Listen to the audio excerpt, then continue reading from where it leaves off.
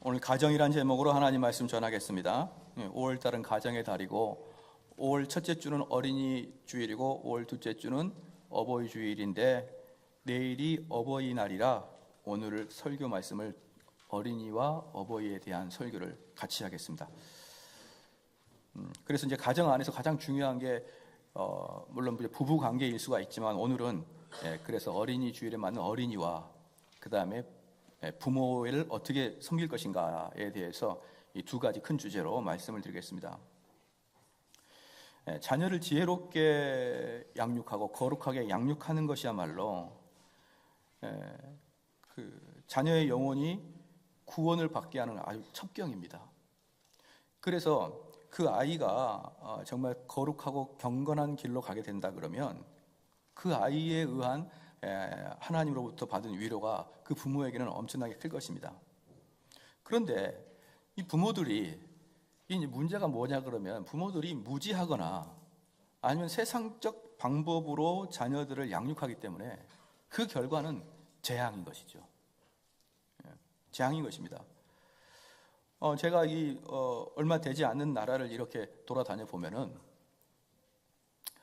여기 봅시다. 돌아다니는 보면은 이렇게 어른들이 이야기하거나 설교하거나 그럴 때 청소년들이 머리를 숙이는 법이 없다. 우리 청소년들 잘 들어야 됩니다. 머리를 숙여 어르신들이 이야기하거나 사람들이 이야기할 때 머리 숙이고 딴짓하는 놈들은 한국 사람하고 중국 사람밖에 없어요. 후진적이죠. 후진적. 웬만한 얼굴 하얗고 얼굴 조그맣고 머리 노랗고 키 큰 애들 있잖아요. 걔네들은 안 그렇습니다. 얼굴 크고 어깨 좁고 이런 애들이 주로 머리가 무거워서 머리를 내리는 것 같은데 이게 왜 그럴까요?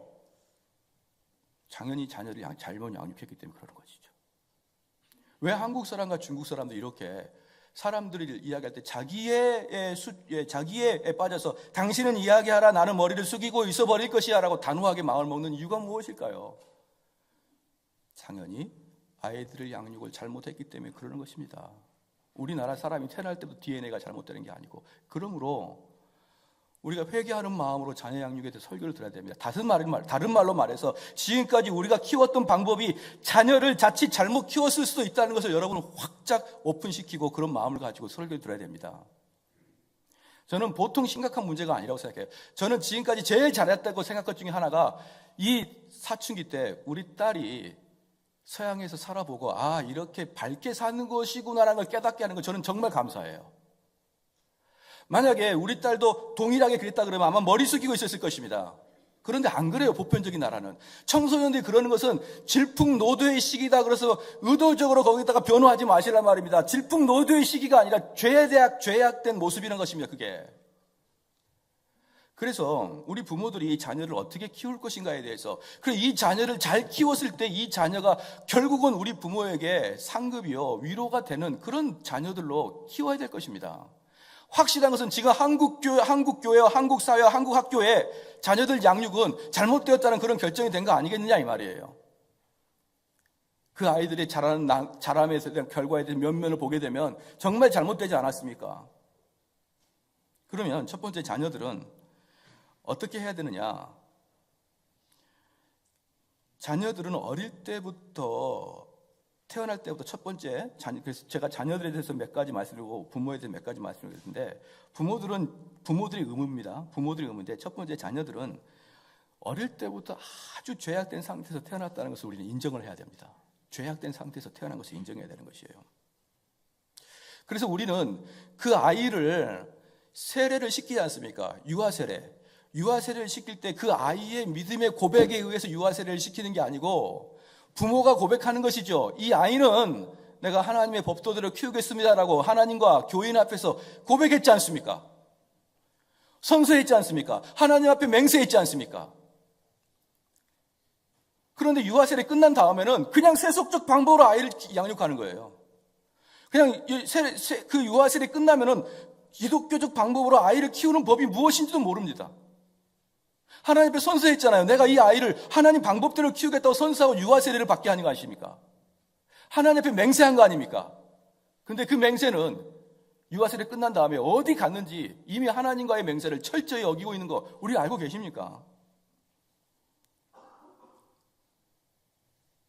여러분 한번 봐보십시오. 믿음의 사람들 중에, 경건한 믿음의 사람들 중에, 만약에 우리 교회라고 봅시다. 우리 교회 믿음의 자녀 중에 정말 경건하고 거룩함을 추구하는 자녀가 몇 명이나 될까요? 청년부들 중에. 한 교회에 20살부터 23살까지, 20, 21, 22, 23, 대학교 4학년 나이까지 23살까지 또는 24살까지 경건을 추구하고 경건의 열매들이 맺어나는 학생들이 몇 명이나 될 것 같습니까? 그러면 이걸 우리나라 전체 교인으로 합쳐본다 그러면 우리나라 전체 교회 중에 이 4년 터울에 학생들 중에, 대학생 중에 정말 경건의 모습들이 나타나는 사람이 몇 명이나 될까요? 한 10,000명이나 될까요? 전국 교회에 있는 사람들 통틀어서 그 나이 또래 사람들 중에 10,000명 정도가 하나님을 경건하게 여기고 거룩하게 그분을 따라갈까요? 그런데 서울대학교 1학년, 2학년, 3학년, 4학년 총수가 16,000 몇백 명입니다. 지금 무슨 말입니까? 서울대 들어가는 것보다 더 어려운 게 여러분 자녀 경건하게 사는 겁니다. 그런데 그 서울대에 들어가려고 어떻게 공부를 시키죠? 그 자녀 한 명은 서울대 들어가게 하려면 어떻게 그 자녀를 뒤에서 양육해야 됩니까? 이미 어릴 때부터 남다르게 뛰어난 머리를 가지고 있었을 것이고요. 이미 중고등학교 전체에서 이름만 대면 다 알만한 성적을 가지고 있었으며 그 아이를 그 사교육과 그런 교육을 통하여서 점수를 극대화시켜서 부모가 얼마나 헌신했을까요? 공부 좀 해서 그 공부로 성공한 사람들을 보면 그 부모의 얼마나 헌신이 있었습니까? 그렇게 해서 들어간 아이들이 4년 동안 16,000 얼마고 약 1년에 4,000여 명 정도가 들어갑니다. 그런데 우리 자녀의 경건을 위해서 우리 부모는 무엇을 하십니까? 여러분 부끄럽지 않습니까? 그리고 이 자녀에게 무슨 경건의 열매를 우리가 먹을 수 있다고 생각하십니까? 숫자적으로 보십시오.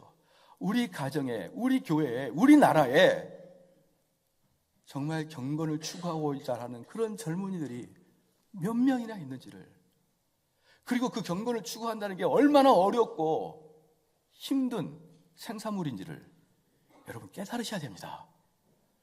그냥 대략절약, 그냥 대충 교회 다니면 이 자녀가 알아서 신앙이 들어가겠지, 그게 아니에요. 부모들의 땀 흘리는 노력이 있어야 되고 부모들의 그런 자녀들을 그 좋은 대학을 보내도록 뒤에서 후원하듯이 이 아이가 경건의 열매를 맺도록 그렇게 부모의 땀과 눈물과 기도가, 그리고 부모의 강압적인 푸시가 같이 있어야 그 아이 하나 겨우 경건을 유지할 수가 있는 것입니다. 여러분 이것을 인식을 해야 됩니다. 이게 우리가 자녀를 유아 세례 때 하나님 앞에서 내가 이 자녀를 하나님의 방법대로 키우겠다고 선서한 그 내용인 것이에요. 근데 선서를 해놓고 이 세상에서의 좋은 대학 갈 때는 엄청나게 헌신하면서 하나님 말씀을 배우기 위해서는 아무것도 안 하고 그냥 여흥 즐기듯이 교회를 왔다 갔다 하는 것입니다. 그래서 이 아이는 아주 이제 어릴 때 유아 세례를 받을 때쯤에는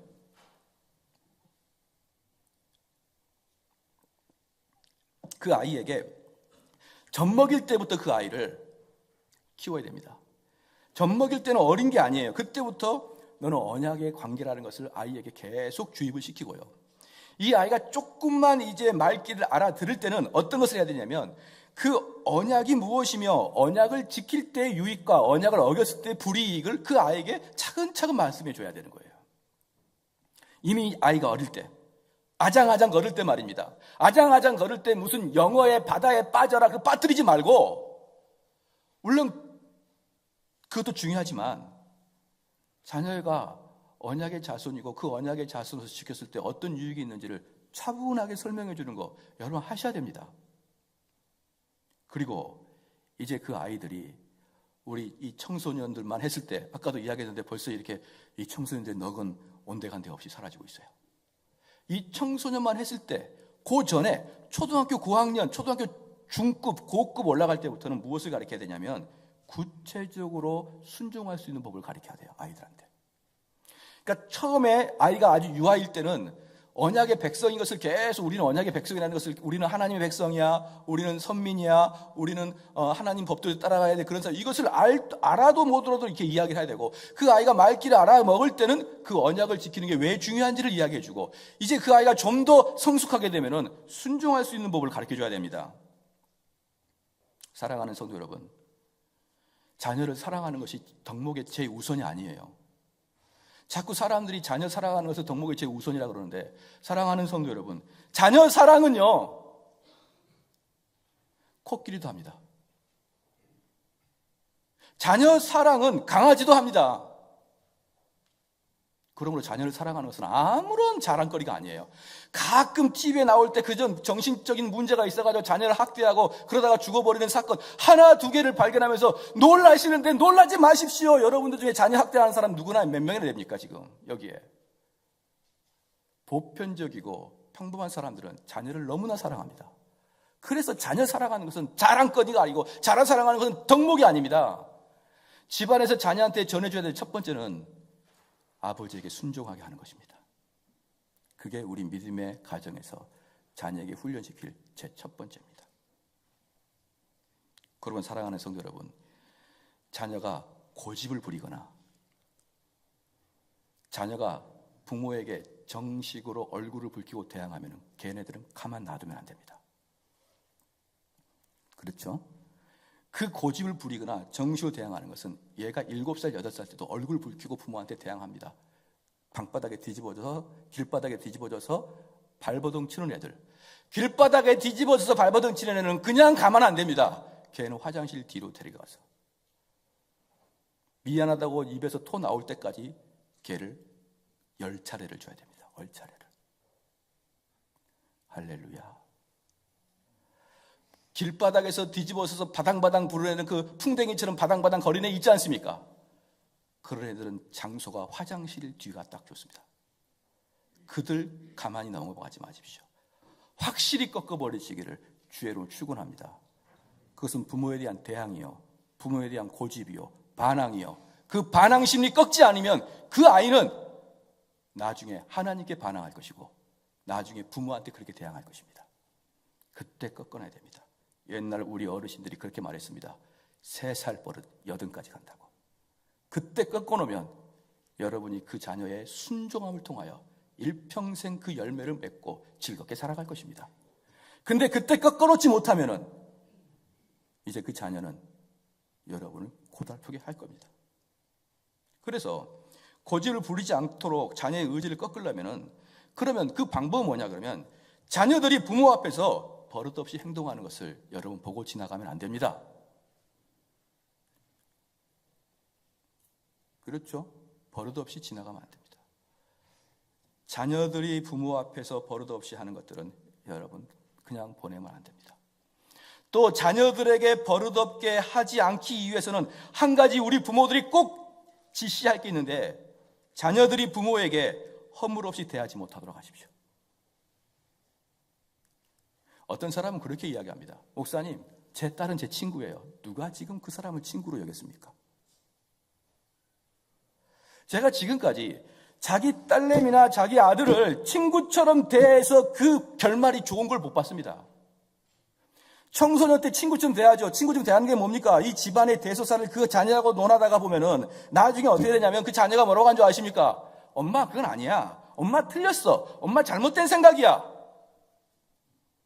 이렇게 어머니하고 맘먹게 되는 딸이 쉬울 것입니다.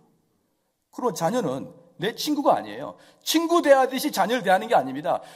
자녀와 같이 내 집안의 대소사를 논해서 그 자녀와의 말에 의해서 내 대소사를 결정하고 그런 게 아니에요. 자녀는 순종해야 됩니다. 자녀는 순종해야 됩니다. 사랑하는 성도 여러분, 부모에게 허물없이 대하면 시간이 지나면 부모가 가벼워질 것이고, 부모가 가벼워지면 부모에게 불순종하게 되어 있습니다. 그래서 부모들은 절대로 자녀들이 나와 허물없이 지내지 않도록 여러분이 적당한 규율을 주셔야 됩니다. 레위기에 보면은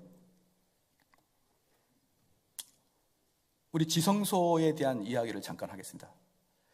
레위기에 보면은 성막을 만들고 그 속에 지성소를 만들었어요.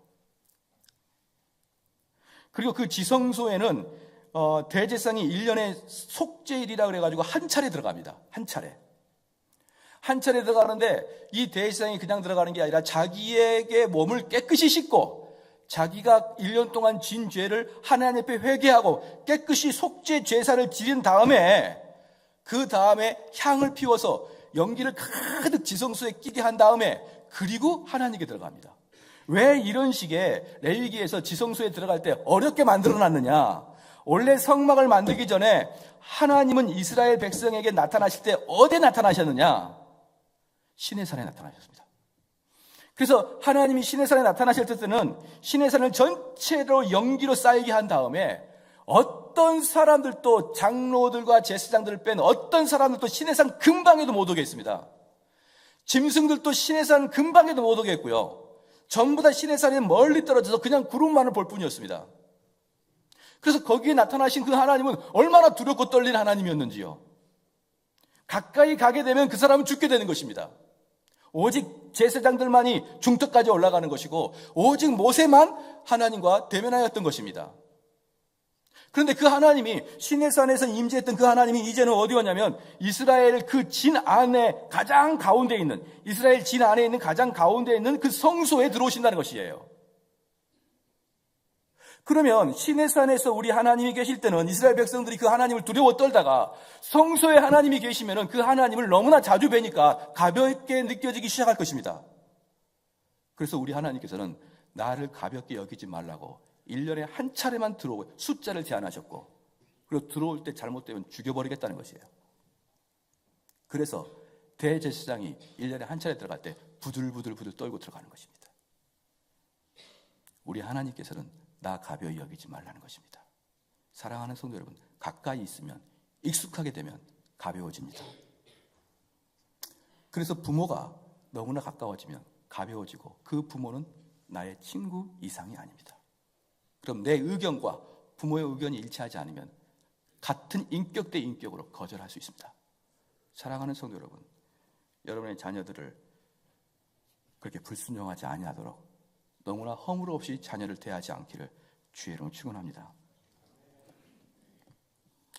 어릴 때부터 그래서 이 집에서 자녀들에게 어릴 때부터 훈련을 받아야 되는 것은 뭐냐면 거절당함에 대한 익숙함을 훈련받아야 됩니다.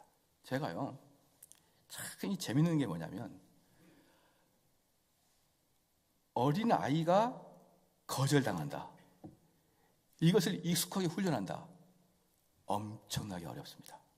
예를 들어서 얘들아 여기를 봐라. 어린이들을 예배 시간에 꼼짝 안 하는 것도 자기 스스로를 부인하는 훈련이야. 그죠? 그렇기 때문에 은혜가 되든 안 되든 똑바로 앉아서 예배를 드리는 훈련을 여러 번 해야 됩니다. 그래야 나중에 훌륭한 사람이 되겠죠.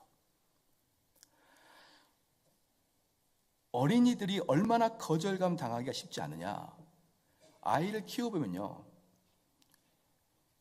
우리 딸 아이가 큰애가 뭘 가지고 있어요. 그럼 둘째 아들놈이가 그거 달라고 합니다.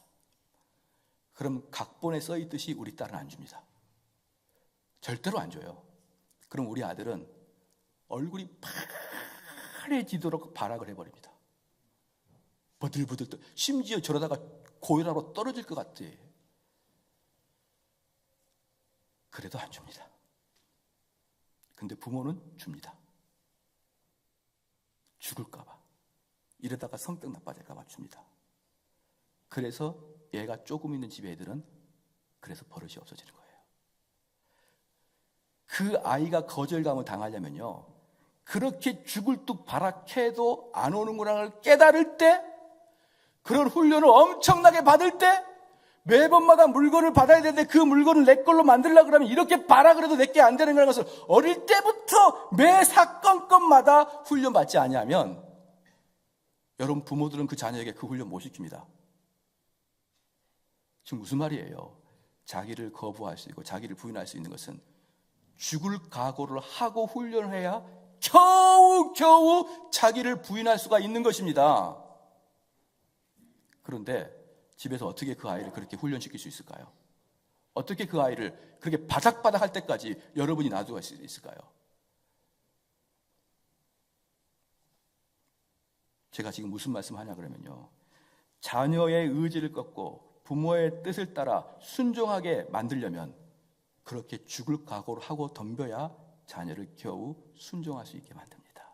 그런데 문제는 뭐냐면요, 문제는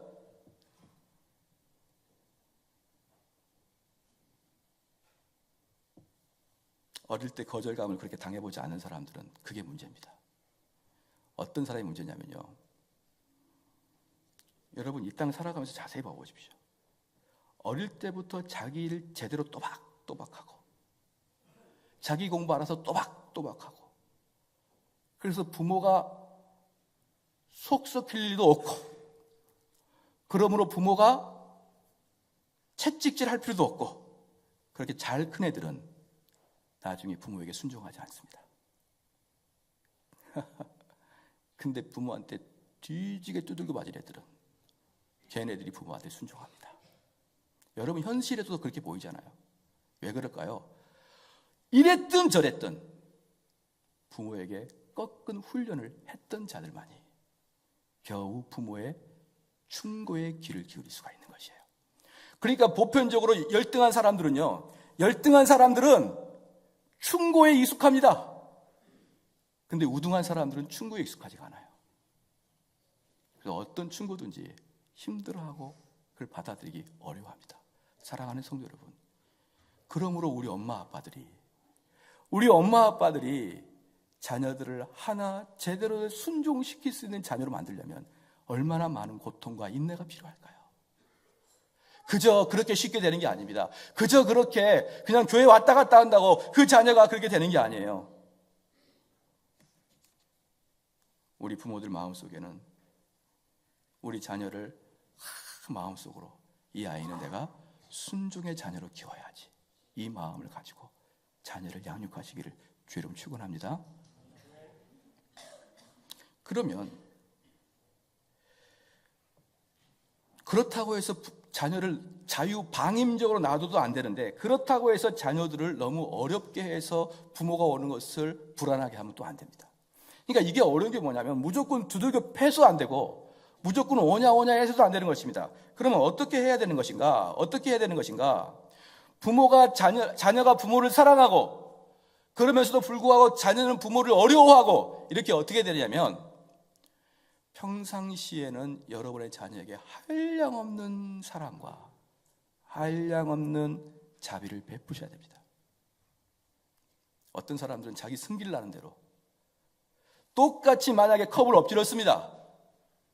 그럼 평상시에는 아이고 얘가 컵을 엎질렀구나 하면서 쑥 닦아버리고 말아요.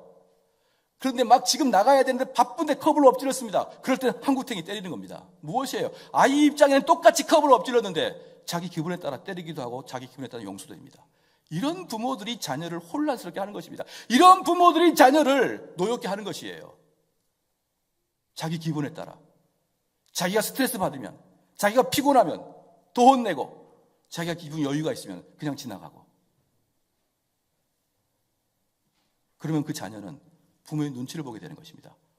또 엄마가 또 아빠가 또 화난 거 아니야? 또 괜히 또 내가 잘못한 거 아니야? 슬슬 눈치 보고 있는 것이에요. 그건 전적으로 부모의 잘못입니다. 그럼 어떻게 해야 되느냐? 한량없이 사랑을 베푸지만 그 자녀가 반항할 때만 넘어가지 마십시오. 그럼 자녀들은 어쩔 때 부모가 혼내고 어쩔 때 부모가 혼내지 않는 것을 분명히 알게 될 것입니다.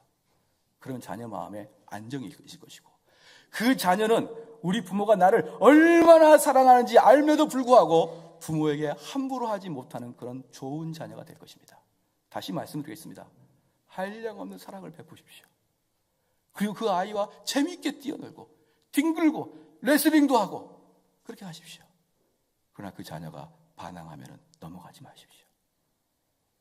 정말 정신이 바짝 들도록 혼내주십시오. 그래야만 그 자녀가 겨우 여러분에게 성경에 알맞는 합당한 아이가 될 것입니다.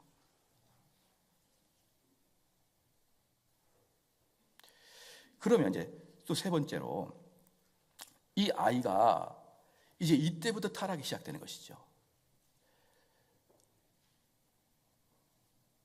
자기의 청소년이 되기 시작하면, 여기 청소년들이 좀 왔는데, 청소년이 되기 시작하면 자기의 속마음을 친구들한테 이야기할 때보다 타락이 시작됩니다.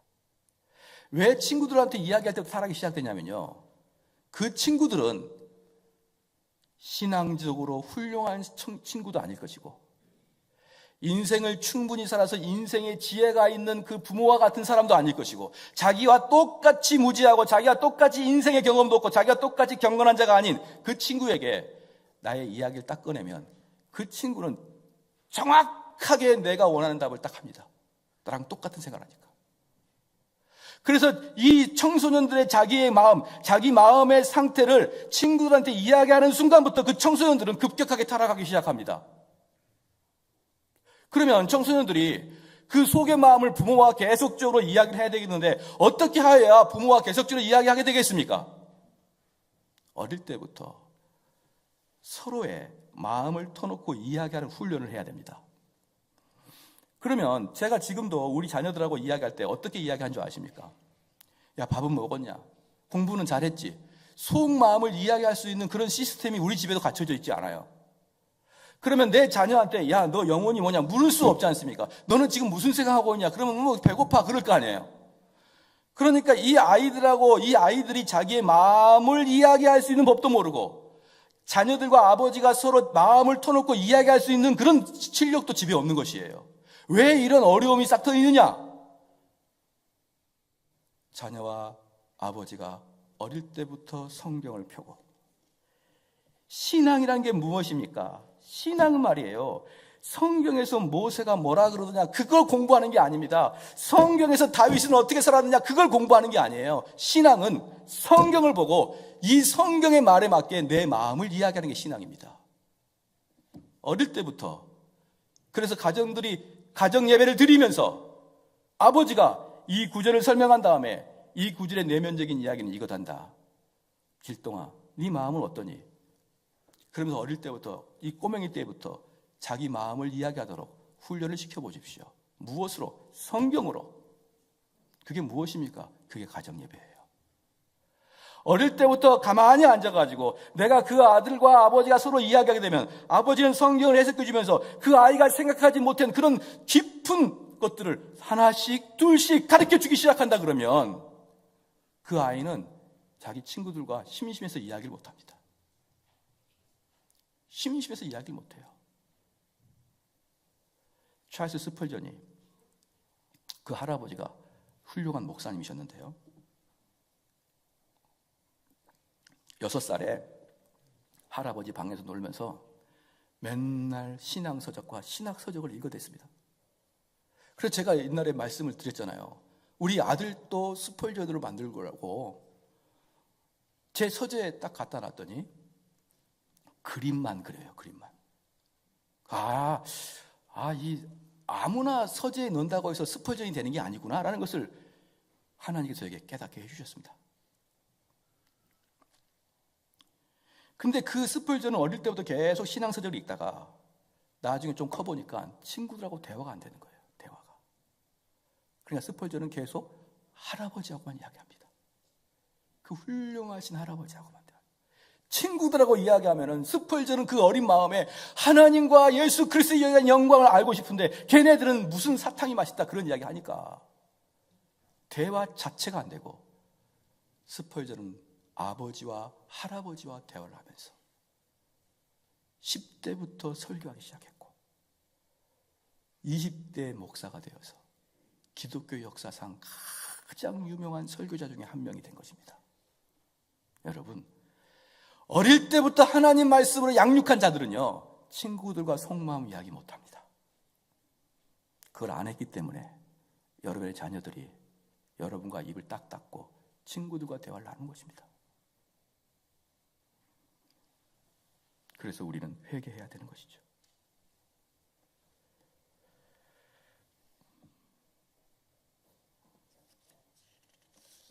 그러므로 그렇게 하기 위해서는 마지막 한 가지 방법이 있습니다.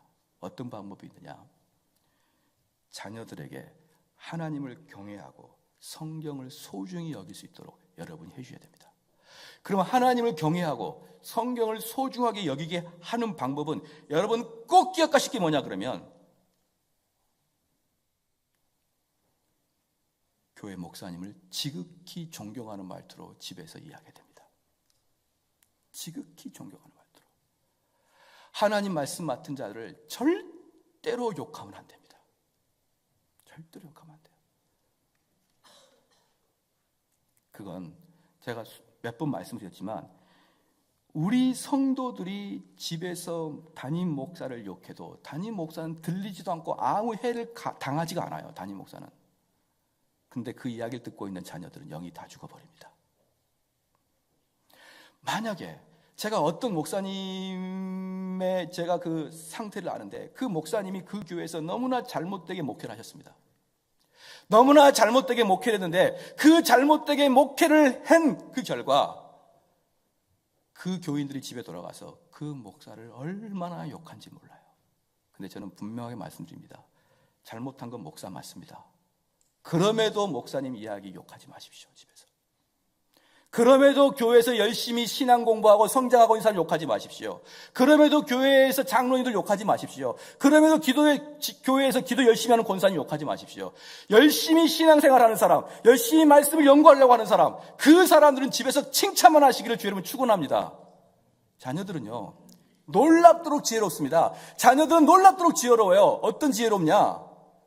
누가 내 적인지 누가 내 아군인지를 금방 알 수 있습니다. 누구를 통해서? 어머니의 눈빛과 어머니의 입을 통해서 누가 내 아군이고 내가 누구를 좋아하고 누구를 싫어하는지를 어릴 때부터 귀신같이 압니다.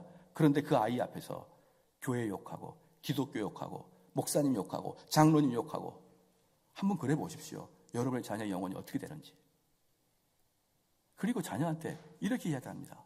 야, 길동아, 나는 너한테 소원이 있는데 너도 말씀 맡은 목사가 한번 돼보면 안 되겠니? 이 엄마는 얼마나 그게 너한테 소원인지 모른다. 이런 식으로 아주 극대화시켜서 말씀 맡은 자를 높여야 됩니다. 그래야 여러분 자녀들이 말씀이 중요한지 알아요. 근데 맨날 자녀한테는 의사 되라, 판사 되라. 아니 왜 돌잔치 가면 성경책이 없냐고요. 마우스까지는 있는데 왜 성경책은 없냐고요. 우리 아들이 드디어 목사가 되려나 보다. 이 세상에 불만이 참 많습니다, 여러분. 그래서 이것은 결코 그 자녀에게 너무 이 험한 시대에 말씀을 배반할 수 있는 환경들이 너무 강하니까 어릴 때부터 그 자녀는 말씀 소중함을 깨닫게 하는 것이고, 그래야 그 아이들 어린 마음속에 이렇게 말씀이 소중한데, 이렇게 신앙이 소중하고 이렇게 기독교가 소중한데 기독교를 욕하는 아이들과 같이 어울리기가 힘들어질 겁니다. 내 자녀가 이렇게 어릴 동안에 기독교를 소중하게 알았다 그러면, 그 어린 마음속에 이미 어릴 때부터 이렇게 좋은 기독교를 소중하게 알았다면 그 자녀는 기독교를 욕하는 애들과 친구가 되기 힘들어요. 근데 여러분 자녀들 친구를 보십시오. 얼마나 난 크리스찬들과 친하게 지냅니까? 얼마나 교회를 하찮게 여기는 자들과도 여러분 자녀들이 친구가 됩니까? 이미 그 머릿속에는요, 기독교가 너무나 하찮은 존재가 되어 있는 것입니다. 여러분, 이건 부모들이 회개해야 할 내용이에요. 부모들이 회개할 내용입니다. 자녀를 그렇게 키우지 못했던 것, 자녀들이 이 말씀이야말로 최고로 중요하다는 걸 깨우지 못하고 최고로 중요한 것은 명문대 합격하는 것이라는 것을 깨닫게 하는 것, 그건 부모가 회개해야 되는 것이죠.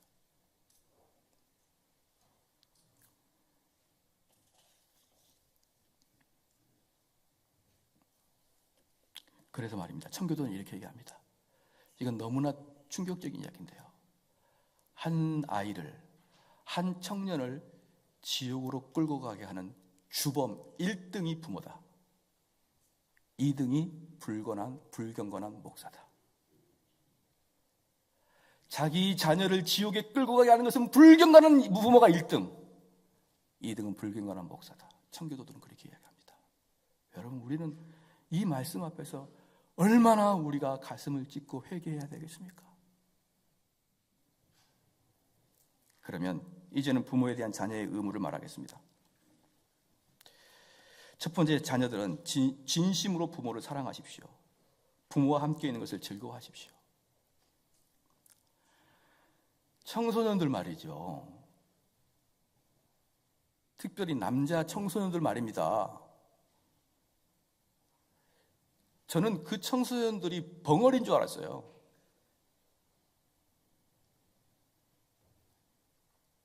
눈과 입과 귀를 다 닫아버리고 말합니다. 그래서 아버지가 야 요즘에 어떠냐? 어떠세요? 이건 무슨 뭐 너만 이야기하는 게 아니고 저희 딸도 그럽니다. 저희 딸이 퇴근하고 딱 들어가게 되면은 우리 딸 방으로 딱 들어가서 저는 큰 딸을 엄청 사랑하거든요. 요즘은 약간 저도 예전에 시였지만 방문을 딱 들어가면 아빠 오셨어요.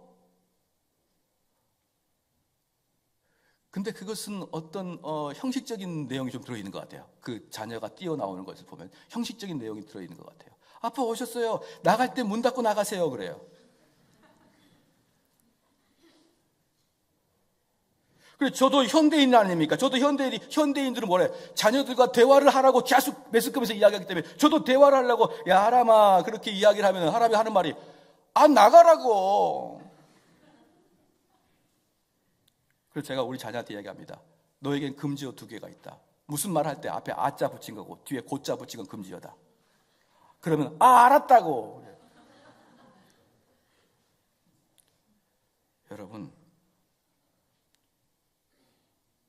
여러분 부모들이 그렇게 대우를 받아야 될 존재입니까? 여러분 먹이고 여러분 입히고 여러분이 고난당할 때 그건 전부 다 부모에게 다 옵니다.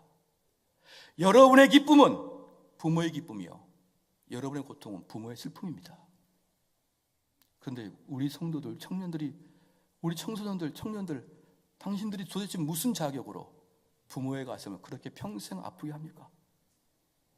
무슨 자격이 있어요? 그리고 친구가 뭐가 중요합니까? 여러분 친구가 어떤 존재인지 제가 이야기를 해드릴까요? 친구는요 지금 친해도 여러분 고등학교 딱 졸업하고 대학 들어갈 때 자기보다 더 좋은 대학 들어간 친구한테 배 아파합니다. 100%입니다. 100%. 같은 대학 들어가서 더 좋은 직장 취업한 사람은 더 배 아파할 것입니다. 그래서 나랑 제일 친한 친구가 나중에 보면 나의 욕하고 다녀요. 친구 좋아하지 마십시오. 그리고 같은 직장에서도 더 좋은 사람하고 결혼한 사람은 더 배 아파합니다. 친구들은 다른 말로 배 아파하는 존재입니다. 근데 그 배 아파하는 존재에게 내 부모보다 더 친근하게 다가간다고요? 그 배 아파하는 존재에게 내 부모보다 내 속마음을 더 이야기한다고요? 정신 차리십시오. 우리 청년들이요. 우리 청소년들이요.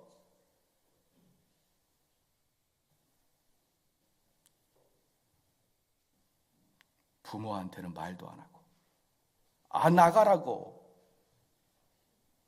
좀 무슨 말하면 문을 꽝 닫고 나가고 눈을 위아래로 흘러보는데 눈을 빨개져가지고 눈물이 고여서 위아래로 그 눈물은 회개의 눈물이 아니에요. 터져버린 분노의 눈물이죠. 그래서 뭐라고 합니까? 엄마 아빠가 나한테 해준 게 뭐가 있어? 이러면서 이야기합니다. 여러분 제발 정신 차립시다. 그게 그리스도인입니까? 교회 다니는 사람이 그래야 됩니까? 교회 다니는 사람은 청소년, 청년들은 부모님 말씀하시면 뭐라고 하면 됩니까? 네. 물론 저도 잘 못해요. 그런데 우리 성도들한테 금지어가 또 하나 있습니다. 아까 하고 고자는 청소년들의 금지어고 그 다음에 청년들의 금지어가 있습니다. 부모님이 이야기할 때 그 말 뜻은 알겠는데 그 말 뜻은 알겠는데 엄마 아빠 말씀에도 일리가 있는데 엄마 말씀을 제가 무슨 뜻인지 알겠는데 그런 말 입 밖에도 꺼내지 마십시오. 너무나 버르장머리 없는 사람들입니다. 어디에다가 말대꾸를 하는 겁니까? 부모에게 엄마 아빠 말씀은 무슨 뜻인지 알겠는데 그 말의 뜻이 무엇인지 아십니까? 엄마 아빠 틀린 거예요. 이 뜻이에요. 엄마 아빠 지금 나 오해하고 있는 거예요. 엄마 아빠가 내 사정 알아요. 이 뜻이에요. 어디서 그런 버르장머리 없는 것을 청년들이 부모한테 합니까? 어디서 그런 험악한 말을 다 컸다고 이제 성년이 됐다고 부모한테 그렇게 얘기합니까? 부모가 여러분의 친구입니까? 엄마 아빠 알겠는데, 엄마 아빠가 내 사정 아세요? 엄마 아빠가 내 상황 처해봤어요? 그건 다른 말로 엄마 아빠 틀린 겁니다. 좀 나한테 좀 물어보고 하십시오. 그 말 아니에요? 그런 자녀들 머리 깎고 회개하십시오. 그리고 부모들한테 이야기하면 무조건 네.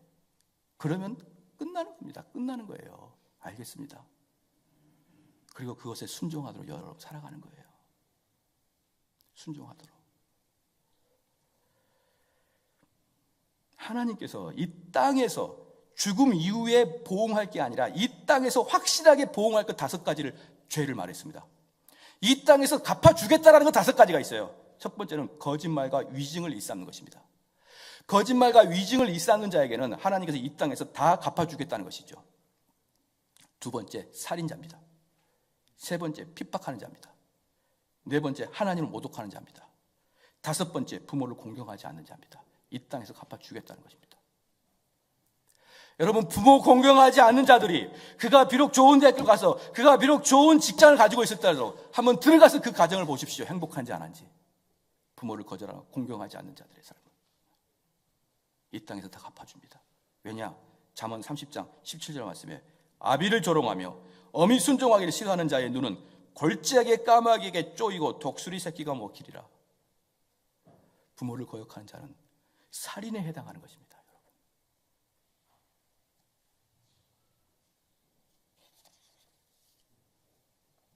그러므로 말씀의 결론을 말씀드리겠습니다.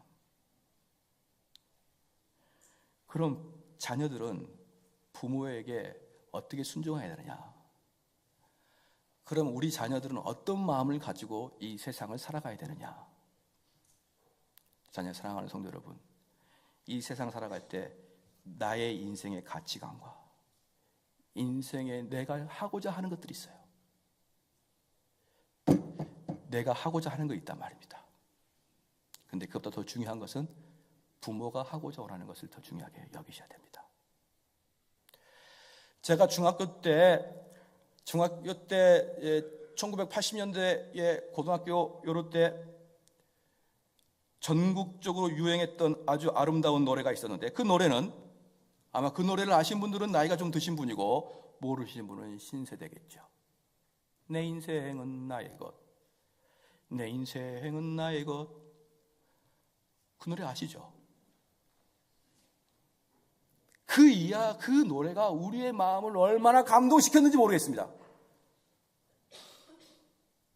그냥 놔두세요. 뭐 그런 노래예요. 그 뒤에 가사는 제가 모르겠는데. 뭐 그 노래 가사가 어머니는 내 인생을 살아줄 거 아니잖아요. 이런 노래예요. 이게 바로 적그리스도가 우리나라에 퍼뜨린 노래인 것입니다. 여러분은 우리 부모에게 순종하셔야 됩니다. 할렐루야. 순종은 다른 말로 내 생각과 내가 하고 싶지 않아도 하는 게 순종이에요. 순종이라는 것은 내가 그것이 듣기에 합당하기 때문에 하는 게 순종이 아닙니다. 순종은 내가 도대체 이해할 수 없고 내가 도대체 하고 싶지 않지만 부모가 말하니까 한다는 것입니다. 그래서 우리의 인생의 가치관, 젊은 사람들 잘 들어주십시오. 여러분의 인생의 가치관, 아이들아 너희들의 인생의 가치관, 청소년들 너희들의 인생의 가치관, 청년들 여러분의 인생의 가치관, 그리고 결혼하신 분 여러분의 인생의 가치관 무엇이냐? 여러분의 자아 실현이 아니라 부모 말씀의 순종입니다. 그것이 그리스도인의 자아예요. 그리스도인의 순종입니다. 어디까지 할까요? 어디까지 순종해야 될까요? 결혼과 직장까지도 순종하십시오. 결혼과 직장까지도 순종하십시오. 왜 그럽니까? 부모는 절대로 우리에게 악한 것을 주지 않는다는 소망을 가지고 하십시오. 여러분, 이것까지 순종하는 마음을 가지고 있어야 우리는 비로소 부모에게 내야 하는 것이지, 조금 배워가지고 조금 이 세상에서 나가고 돈 좀 벌어보니까 이제 이 세상 알 것 같으니까 우리 부모들은 이제 늙고 후패하니까 엄마는 모르면 좀 가만히 있어 좀. 그런 사악한 인간들 같은. 자기가 뭔데? 자기가 얼마나 똑똑했길래? 여러분 그리스도인 맞습니까? 그리스도인이면은 세상 사람과 틀리게, 세상 사람과 다르게 가정을 이끌어야 되는 거 아니겠습니까? 그리스도인이면 세상 사람과 남다르게 부모에게 효도해야 될 거 아니겠습니까? 근데 세상 사람보다 더 못하게 가정 다스리는 사람이 무엇입니까? 부끄럽지 않으세요?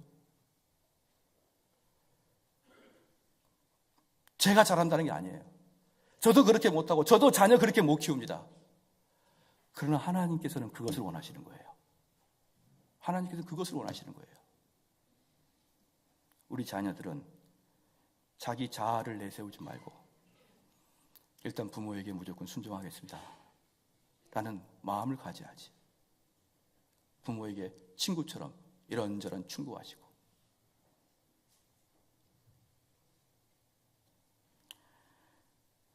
제가 이렇게 설교할 자격이 없습니다만은 담임 목사라는 위치로 설교한 겁니다.